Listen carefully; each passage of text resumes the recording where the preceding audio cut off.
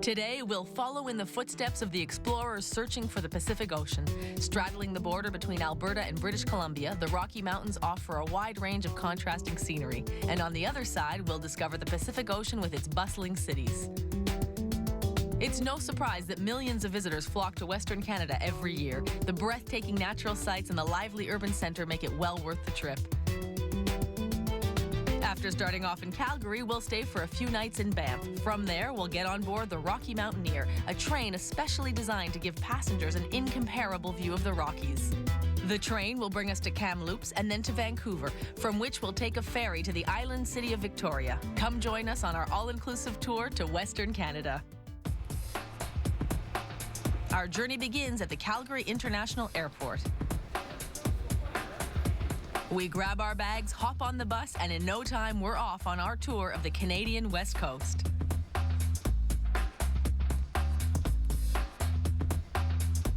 In the distance, we can see the downtown area of Calgary, the largest city in Alberta.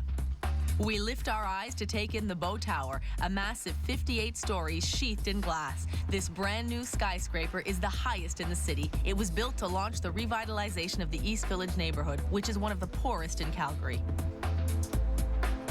The building is named after the Bow River, which flows nearby. It's renowned as a paradise for trout fishing. By the river, an interesting scene is frozen in time. This is the Women Are Persons Monument, honoring the 5 Albertan women who fought for and won the right for Canadian women to be constitutionally recognized as persons. We continue our visit through Calgary in the company of our knowledgeable guide. In the late afternoon, we arrive at the Olympic Plaza, a large square in the shadow of the famous Calgary Tower. An icon of the city, the tower stands 191 meters high. With its 360-degree windows, it has the best views of the city. Those with strong nerves can look out over the city through the tower's glass floor.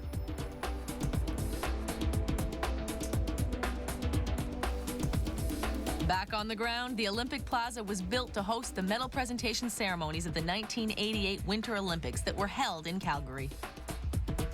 Today, it is one of the neighborhood's cultural hubs, with sparkling fountains in the summer that transform into a magnificent ice rink in the winter.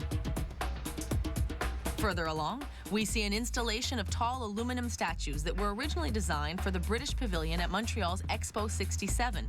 The sculptures were moved to Calgary and have been on display here since 1970.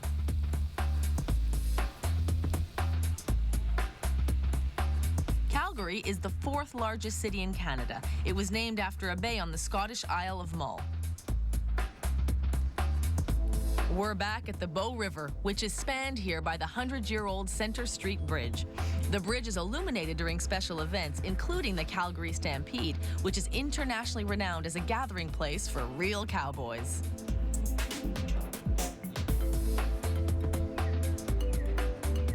Downtown Calgary is full of lively pedestrian streets, including the famous Stephen Avenue. It's recognizable by its steel trees, designed to reduce the strong winds that gust between the buildings. On Stephen Avenue, we have our choice between 9 shopping malls, an immense variety of cafes and restaurants, and a charming mixture of boutiques and art galleries. The street itself was declared a National Historic Site in 2002 because of its high concentration of historic buildings, including the Fairmount Palliser, where we will stay tonight. For almost a century now, this luxurious lobby has been a meeting place for foreign dignitaries, celebrities, and even members of royalty. The efficient staff checks us in at reception, and we head over to have supper. The menu proposed by the Palliser dining room looks appetizing. Pacific salmon and Alberta beef are local specialties, and they are truly the stars of this menu. All the dishes are exquisitely presented and delectably flavored.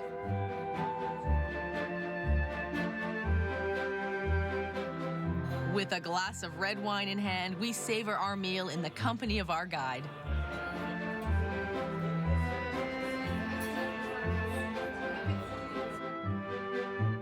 After supper, we head to our rooms. The Fairmount Palliser offers up a completely different level of accommodation with elegance and style. The warmly decorated rooms that seem worthy of a palace exceed our expectations. In addition to the conveniences normally found in a four-star hotel, the Palliser gives us a touch more in the form of a delectable platter. As well as a wide selection of films and high-speed internet access, the sparkling bathroom is ideal for relaxation before a good night's sleep.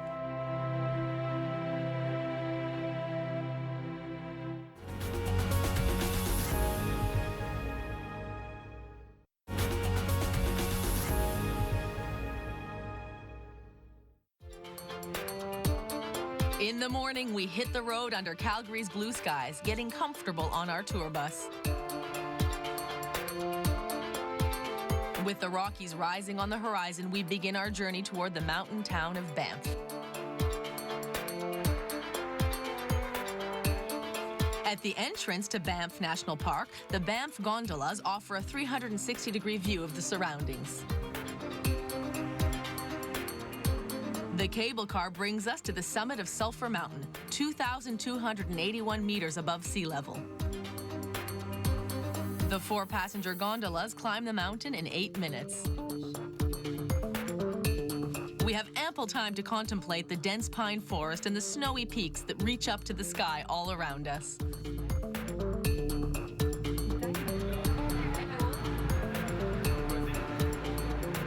Up at the summit, our view of the surroundings is breathtaking. Every direction is a postcard-perfect panorama.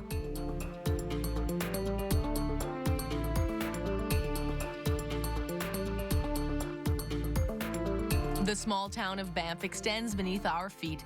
Although it's only around 4 square kilometers, it receives over 3 million visitors every year, attracted here by the national park in which the town is situated. We walk from one magnificent lookout point to the next, each one with its own distinctly splendid views. They are connected by walkways that are maintained year-round.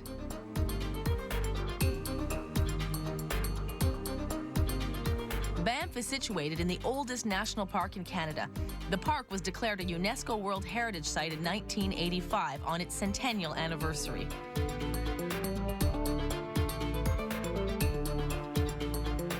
Each observation point gives us a great chance to see the magnificent scenery of the surrounding Rocky Mountains.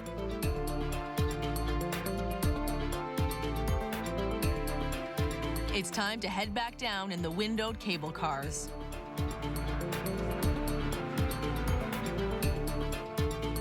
The view is just as striking on the way down.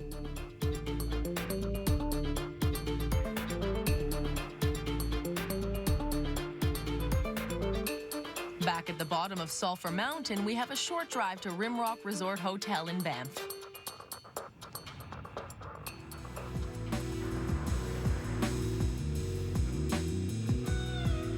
The elegantly dressed employees unload our bags from the bus as we head to the reception to check in.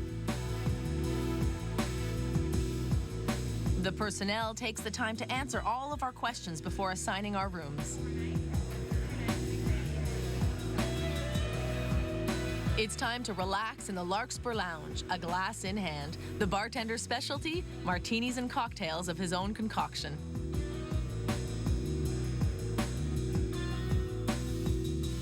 All the rooms in the Rimrock are decorated in dark wood and earth tones, in harmony with the natural environment.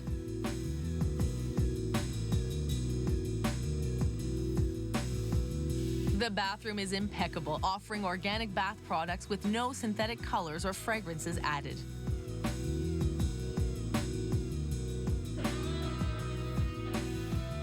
From our window, we watch the sun set over Banff and the Rocky Mountains. The sun is barely up, but we're ready to start our day here in Western Alberta. From Banff, we'll head for Yoho National Park, location of the famous Lake Louise. Wildlife abounds in the national parks as we catch glimpses of a deer following along the road on the edge of the forest. We stop at Castle Mountain, about halfway between Banff and Lake Louise.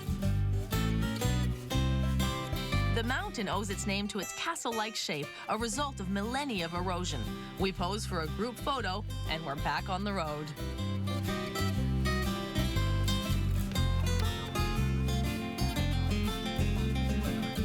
time, we see a brown bear having a snack on the side of the road.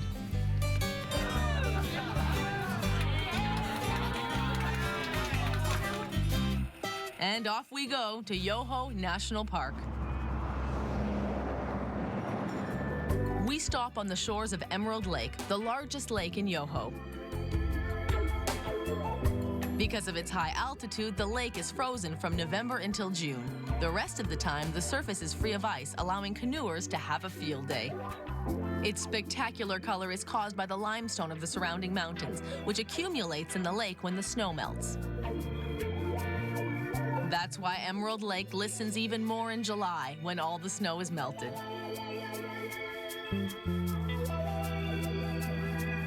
Our exploration of Yoho Park continues at a particular place on the Kicking Horse River.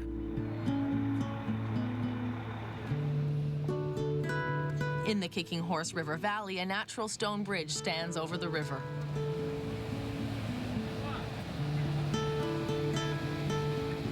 The bridge was formed by the erosive forces of the rushing water here at this point where the current is extremely strong.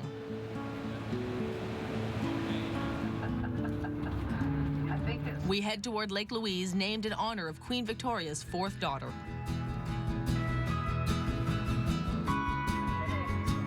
The lake's singular beauty has been attracting visitors since the 19th century. Visitors can explore the area on foot, on horseback, or by canoe. In winter, it's even possible to skate on Lake Louise in the shadow of the snowy peaks.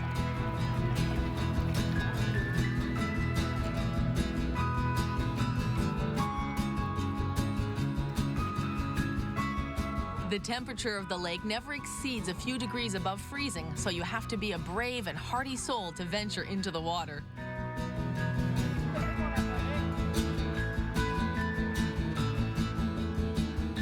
Similar to the waters of Emerald Lake, the iconic light turquoise color of Lake Louise is the result of debris from the surrounding glaciers.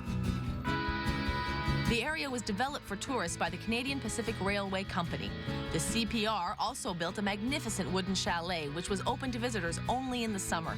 At the beginning of the 20th century, the establishment was enlarged and given the name Chateau Lake Louise. Today, the Fairmount Hotel chain has taken over the chateau and offers activities and excursions year-round on the banks of Lake Louise. A walk along the lakeshore lets us work up an appetite. Good thing, too, because today we'll have lunch at the Fairmount Chateau Lake Louise.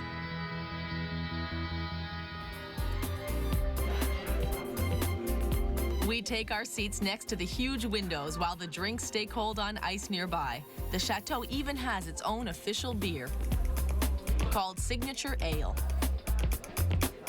We're offered a warm buffet, which specializes in appetizing dishes from around the world. From the appetizer to the dessert, each course makes our mouths water. The attention to detail in the presentation is impressive, especially for the desserts. As there is a wide variety on offer, everyone is sure to find something to their own tastes. And if the choice is too difficult, you can always go for seconds. The philosophy of the chef is to offer dishes that appeal to contemporary tastes while staying true to Western Canadian cuisine. And there's no doubt that his efforts are successful.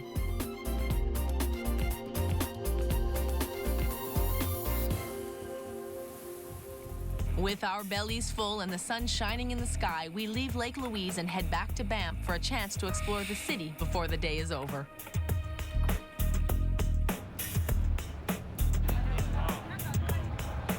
Before the pioneers crossed the Rockies, Banff was for a long time the westernmost city in Canada.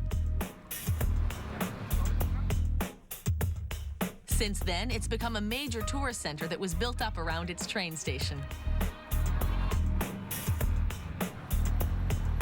Banff is the only urban community within a Canadian national park and is one of the most popular destinations in Canada.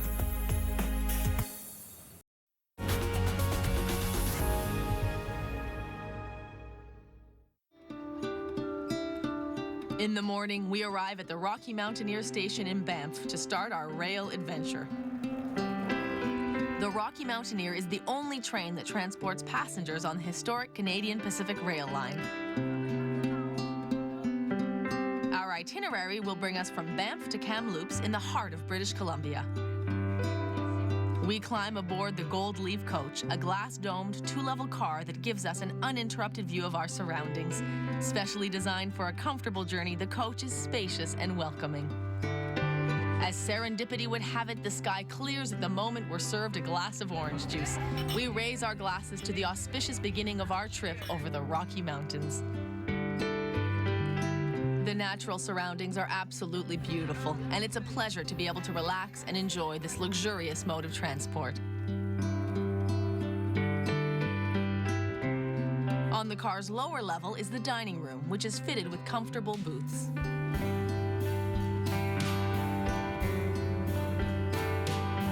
We trade in our glass dome for enormous picture windows as we indulge in a delectable breakfast.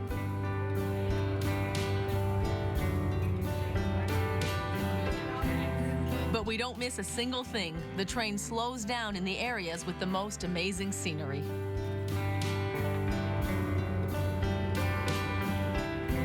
Faced with such breathtaking mountain scenery, carpeted with green forest and streaked with rushing rivers, we hardly know where to look.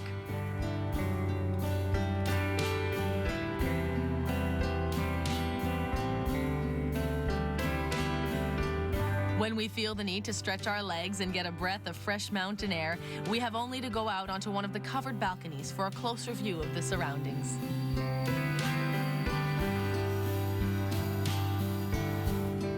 Apart from a few brave souls on a rafting adventure, there's little sign of any human presence. The historic rail line traveled by the Rocky Mountaineer gives us some exceptional points of view. Time flies just as fast as the landscape. It's lunchtime already. Back in the dining room, our hosts present us with a four-course gastronomical extravaganza.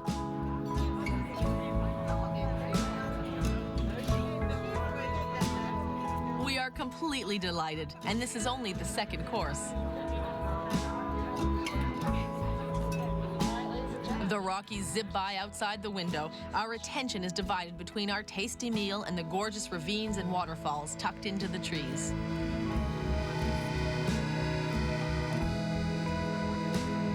The meal continues, with local products at the forefront that are irresistibly fresh. Each dish is made with sophisticated flavors consistent with the luxury of our train journey.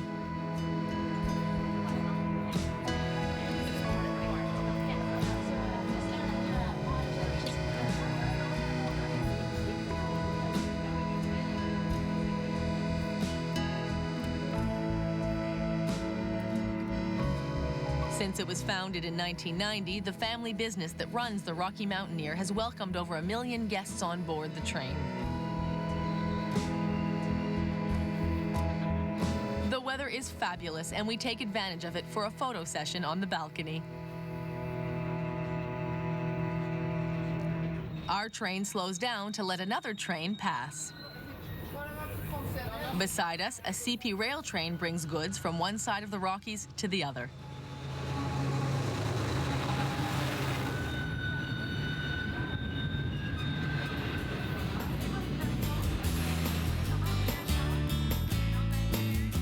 The Canadian Pacific Railway Company has been in existence since 1881. It's the CPR that built Canada's first transcontinental railway, which the Rocky Mountaineer is using today. For decades, the only way to journey from one ocean to the other was by train. With this cross-country line, CP Rail contributed to the development of Western Canada. The company also made inroads into the hotel industry, as we saw with Chateau Lake Louise. To prepare for our arrival in British Columbia, the group gathers around our guide for a quick summary of the coming activities.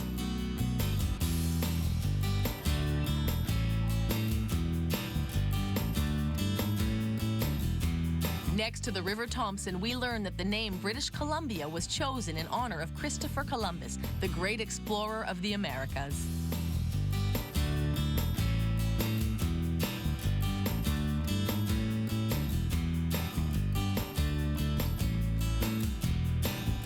To celebrate our Rocky Mountain crossing, one of our hostesses gives us a rousing rendition of a song that couldn't be more appropriate.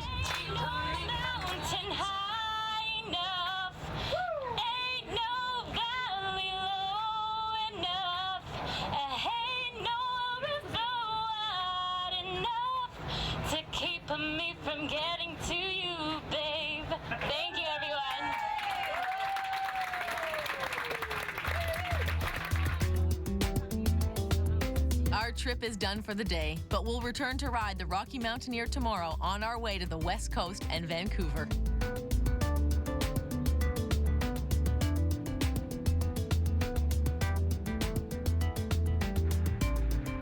We set foot in British Columbia at the Kamloops train station.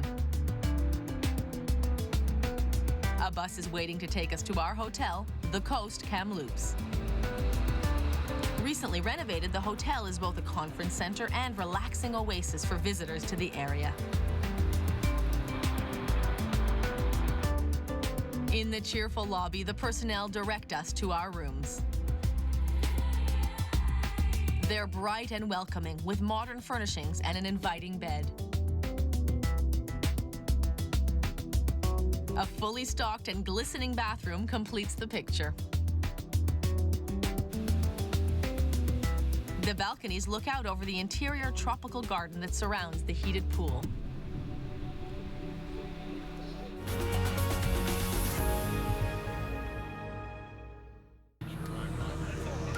In the morning, we head back to the Rocky Mountaineer for another leg of our journey to the Pacific Coast.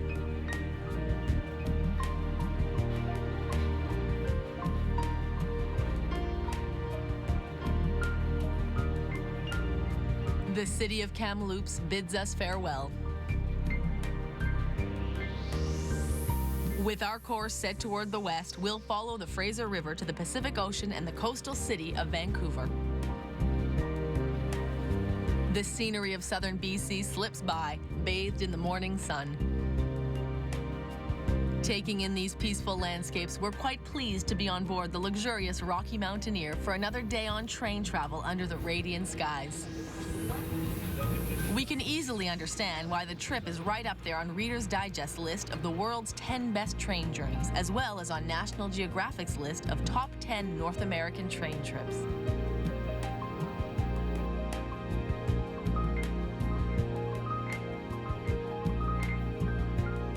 As we move further from the Rockies, the landscape changes, with the mountains becoming lower and greener, and the vegetation becoming more diverse.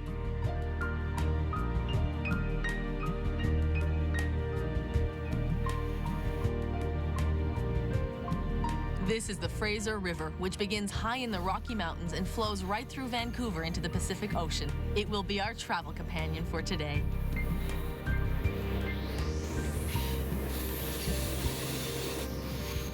The Fraser is considered by many to be the best place in the world for salmon fishing. Others are drawn to it for whitewater rafting, but all agree about its natural richness and its contribution to the region's human history, which is why it has been designated a Canadian Heritage River.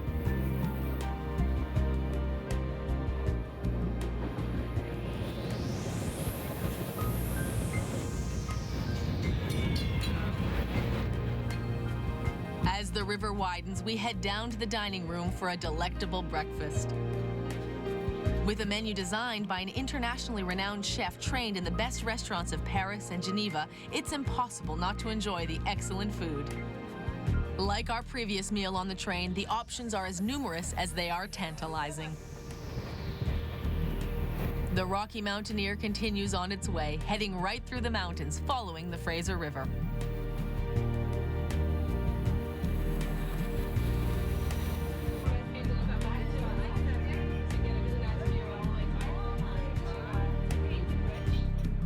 The canyons of the region are so narrow, with cliffs that make us hold our breath.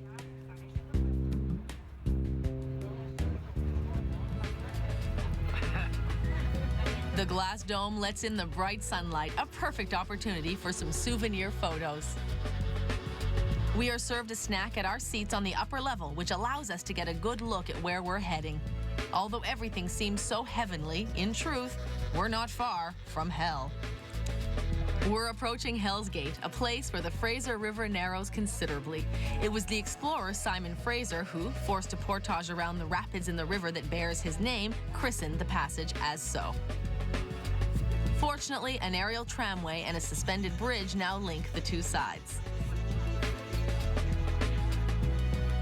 Our last meal on board the Rocky Mountaineer is served by our attentive hostesses. As always, the colors and the aromas make our mouths water.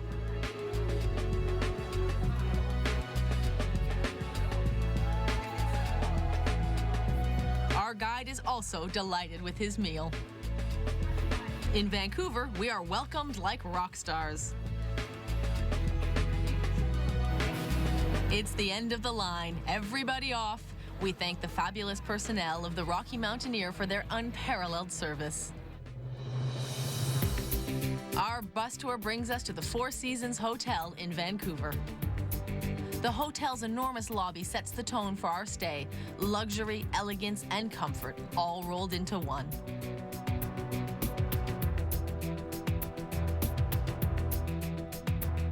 The rooms are impeccable, carefully decorated in soothing colors and with lots of natural light.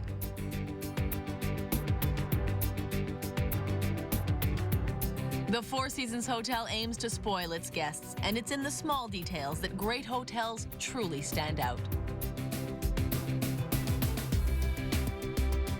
Wrapped up in a cozy robe, we get ready for a good night's sleep on the West Coast.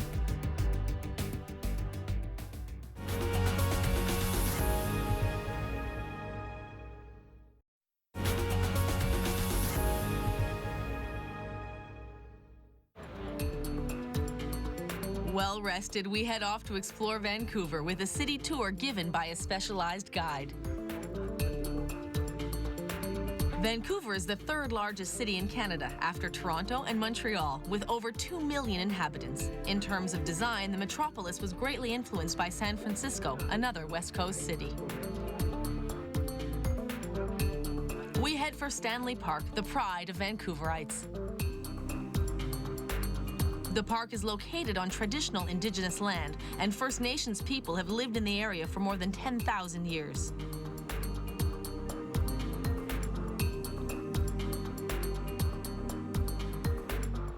The attractions of Stanley Park include a bike path and walking trails through an area forested with ancient trees.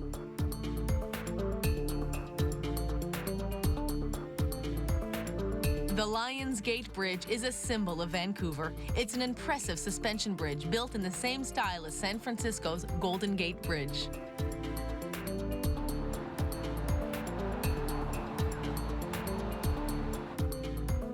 It crosses the Burrard Inlet and links the city of Vancouver via Stanley Park to the municipality of West Vancouver.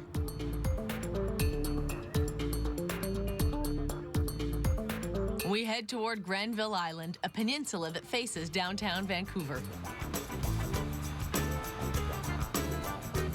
The neighborhood is known for its artistic flair and its public market.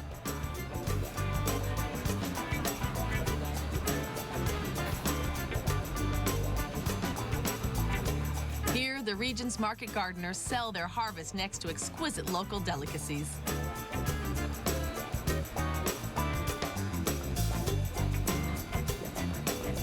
Before leaving Granville Island, we pause a moment to admire the boats floating on False Creek.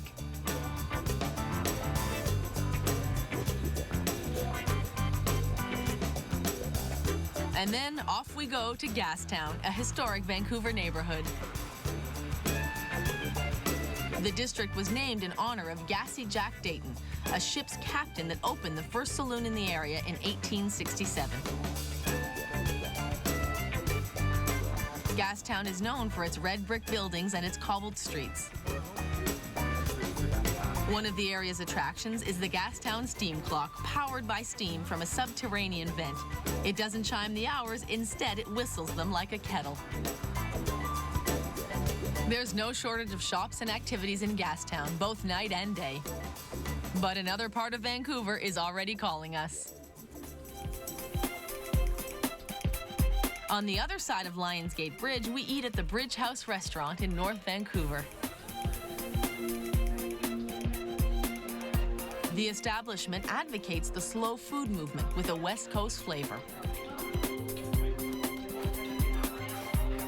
The dishes are pure comfort food, and the servers are attentive, a delectable experience from start to finish.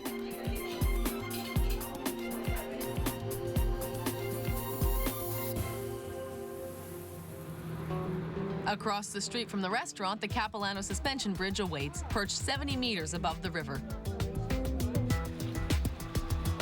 A guide from the site takes our group in hand, showing us around the historic Aboriginal site of Kia Pilano. When we arrive at the famous 140-meter bridge, we cross it with confidence, but with a firm grip on the side rope. It's quite an experience.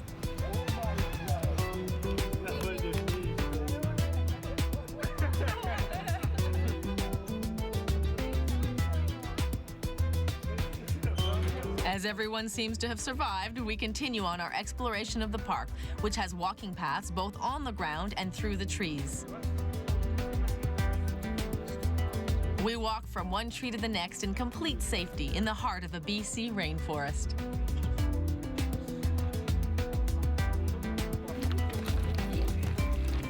We then head to the Cliff Walk, a hanging walkway made of stairs and bridges that takes us along a precipice above the Capilano River. Surrounded by waterfalls and trees that are several centuries old, the experience is at once awe-inspiring and relaxing.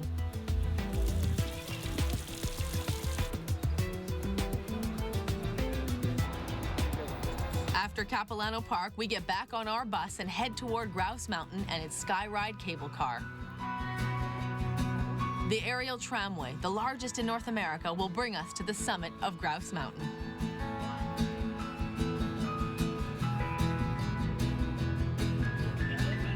Inside the Skyride car, we can see the forest, the Vancouver skyline, and the Pacific Ocean extending to the horizon.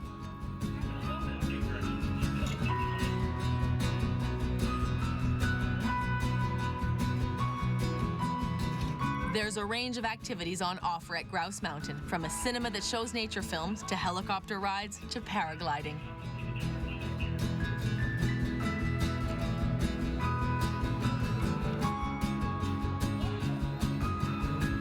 We get off the Skyride car to explore the area, hoping to get a few photos of the region's fauna.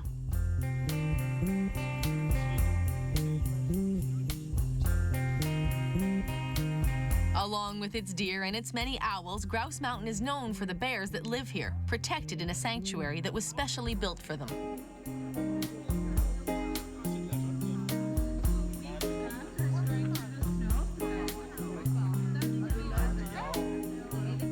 The stars are named Kula and Grinder, two grizzly orphans that were rescued from starvation and brought to the refuge a few years ago.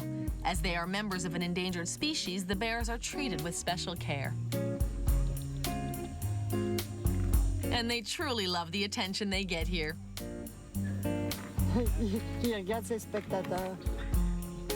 These magnificent grizzlies would be dangerous if we met them by chance in the wild, but here, no one is at risk.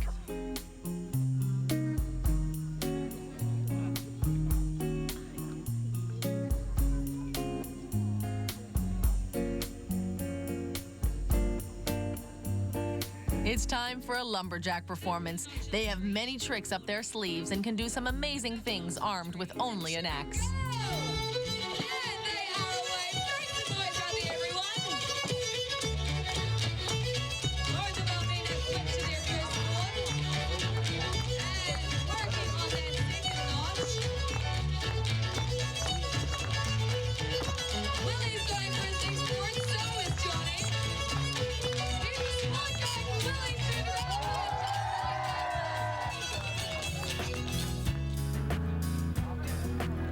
Thrill seekers can opt for a zipline ride before we head back down the mountain.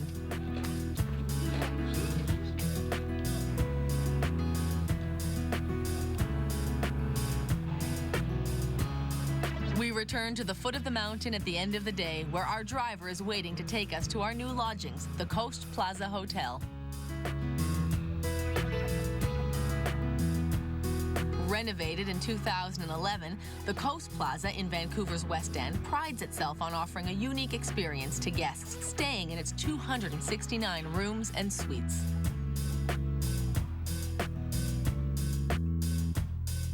Each room includes a private balcony overlooking the city of Vancouver. The room is spacious and attractive, with a well-equipped and well-lit bathroom.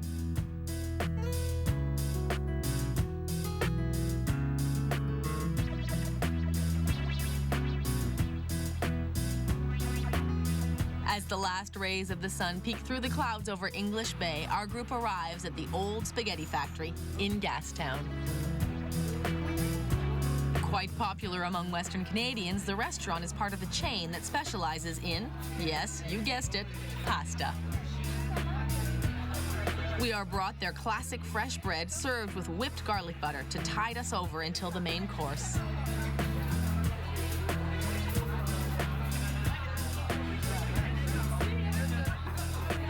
We savor our hearty meal and anticipate our next destination, the island city of Victoria.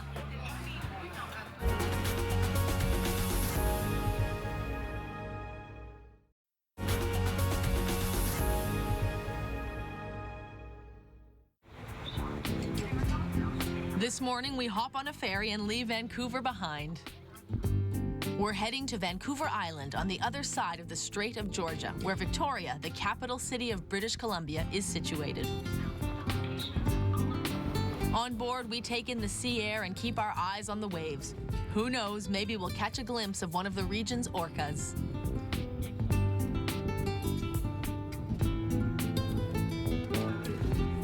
Our guide shows us some other impressive examples of the marine fauna that we might come across in the waves.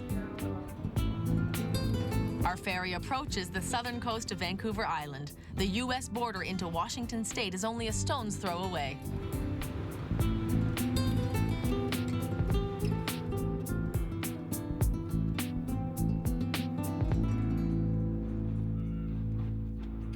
And here we are. The bus rolls off the ferry and onto the streets of Victoria. Thank you. Our first stop is at the Butchart Gardens. Over an area of 130 acres, the gardens have been blooming here for over 100 years. In the beginning, Jenny Butchart's dream was to add an aesthetic touch to the site of an abandoned limestone quarry. Her love of plants blossomed into a passion that grew in tandem with the gardens.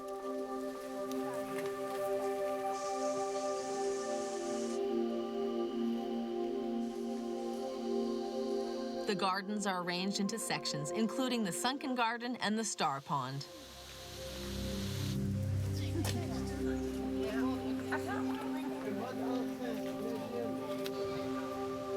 The wide variety of species, along with the attention paid to the horticulture detail at the Butchart Gardens, attract thousands of visitors each year. The gardens are ornamented with unique artistic pieces like the Three Sturgeon Fountain.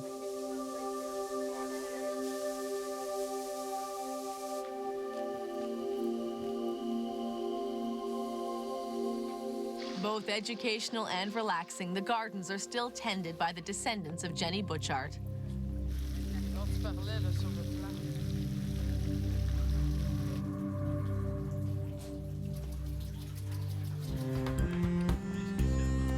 We'll head through Chinatown before setting our course toward the Victoria Marina.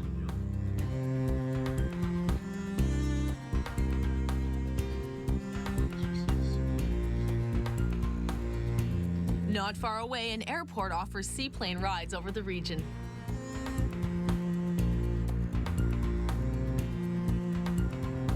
While Victoria was founded in 1840 by the British, Aboriginal populations have been living here for millennia. When the gold rush began a dozen years later, Victoria became the starting point for European and Asian pioneers heading north.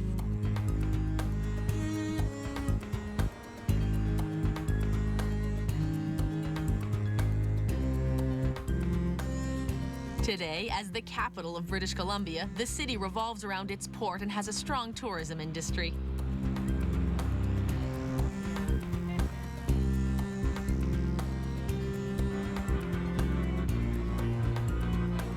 After a pleasant afternoon stroll by the water, we head toward the British Columbia Parliament building.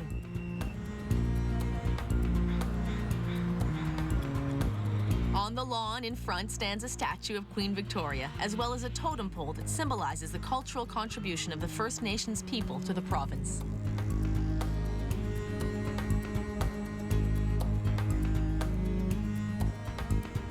Close to the Parliament, a monument stands in honor of the Canadians that died in the two World Wars.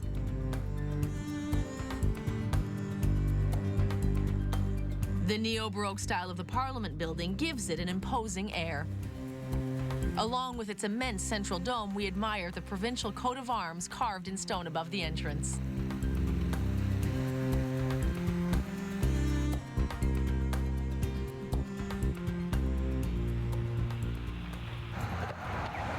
We walk through the historic streets of Victoria to the Fairmount Empress Hotel, where we will spend the night.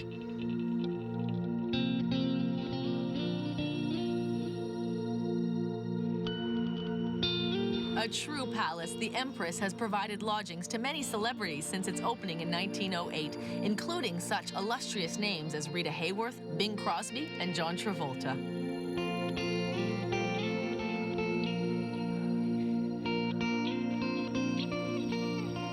And of course, the luxury of the hotel extends to its rooms, which manage to be elegant and cozy at the same time. Even the bathroom is welcoming, with its marble counters and delicate wallpaper.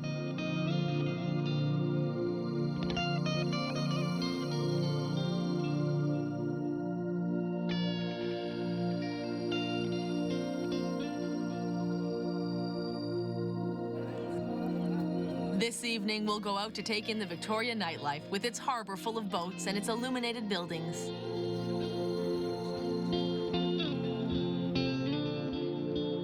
All lit up, the Parliament building steals the show.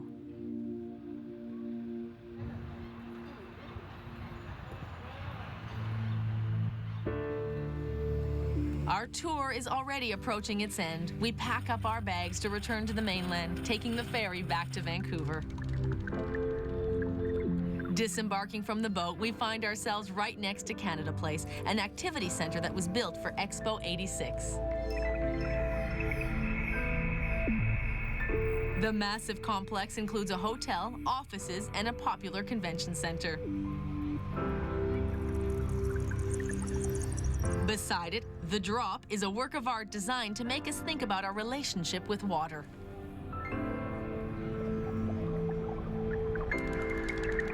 We have a quick bite to eat and then head toward Jackpool Plaza. This is where we find the immense cauldron that held the Olympic flame during the 2010 Winter Games. Made of steel and glass, the structure is a popular gathering spot for Vancouverites. We savor our last moments on the Canadian West Coast, a satisfying end to a fabulous trip. A visit to Western Canada proves that you don't have to go to the ends of the earth to have an amazing traveling experience. The majesty of the landscapes, the clear blue lakes, and the cosmopolitan cities on the Pacific Coast have a flavor all their own. And what could be better than discovering them in the comfort of a luxury train? Experiencing the natural wilderness in a mountain clearing and seeing the Pacific Ocean as the final frontier. That is what the Canadian West has to offer.